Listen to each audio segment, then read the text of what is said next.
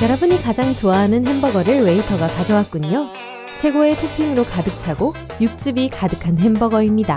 행복하게 햄버거를 집어들지만 한입 베어 물려는 순간 맛있는 토핑, 소스, 양상추, 토마토 모두 접시로 쏟아졌습니다. 그리고 육즙은 손에 잔뜩 묻고 팔까지 흐르고 있네요. 손도 끈적끈적해지고 햄버거의 절반은 입안이 아닌 접시에 떨어져 버렸고 점잖게 파스타를 먹고 있던 친구는 여러분을 쳐다보고 있습니다. 냅킨도 모자라요.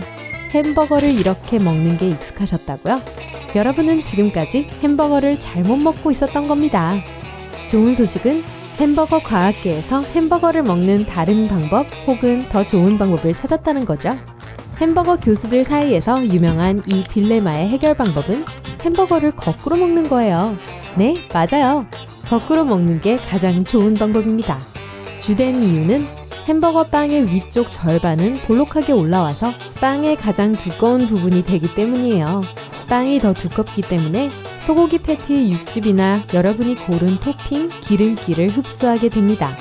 또한 참깨가 가득 붙어있는 부분이 튼튼한 토대가 되어 흐르는 재료들을 잘 지탱해 줄 수 있을 거예요.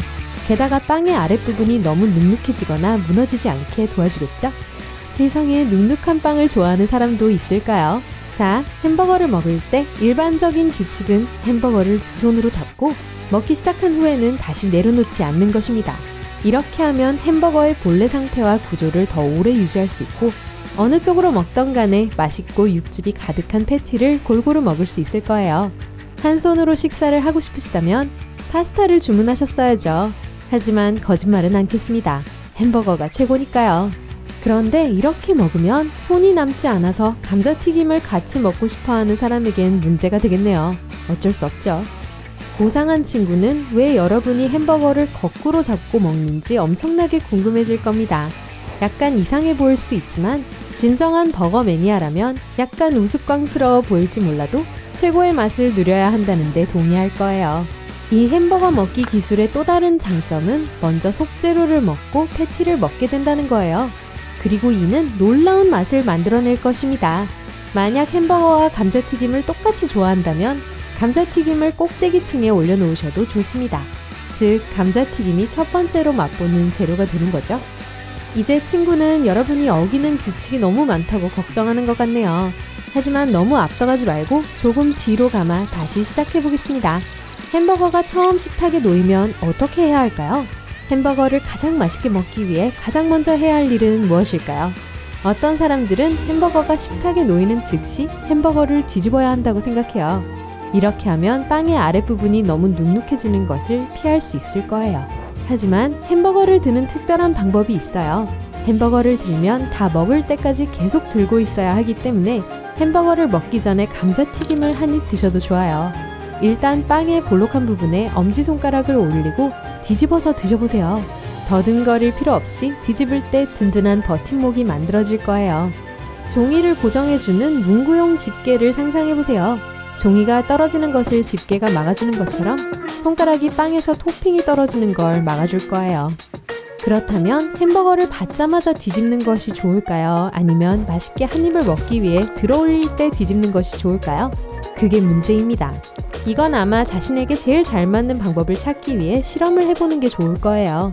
하지만 과학적인 자료들에 따르면 햄버거를 쥐는 방법은 앞서 본 것이 가장 좋은 방법이라고 합니다.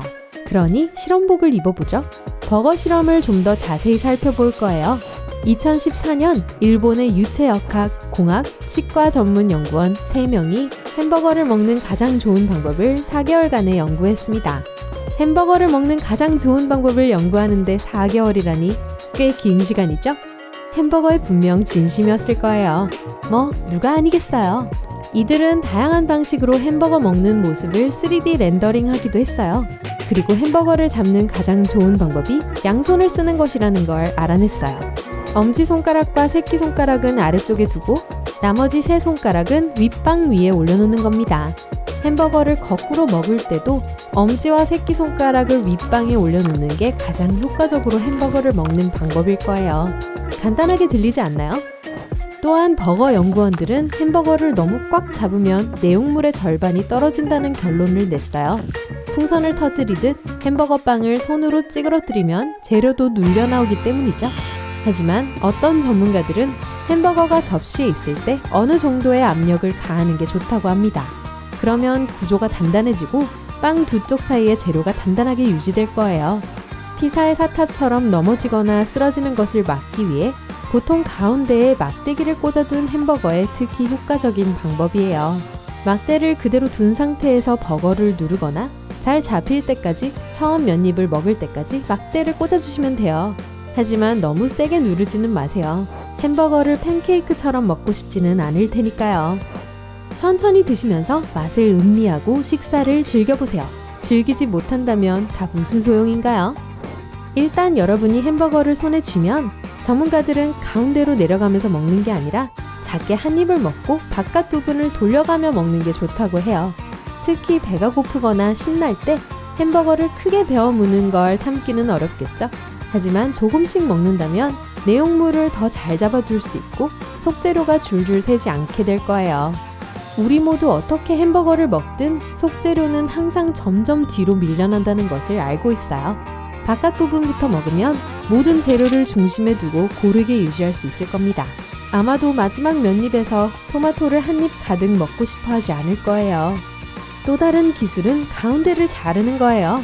비록 이게 적절한 에티켓인지에 대한 많은 논쟁이 있기는 하지만요. 맞아요. 햄버거 반 개가 일반 햄버거보다 들고 먹기 더 쉽다는 건 당연해요. 하지만 어떤 사람들은 이 방법이 햄버거를 먹는 진정한 방법이 아니라고 생각해요. 반달은 결코 보름달만큼 아름답지 않다는 것이죠.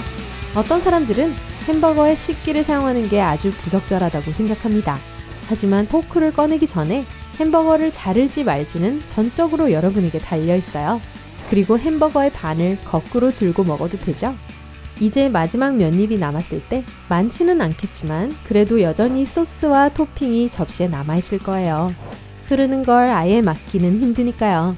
그러면 맛있는 음식을 낭비하지 않도록 햄버거의 마지막 부분으로 접시에 남은 것을 닦아내듯 쓸어줍니다.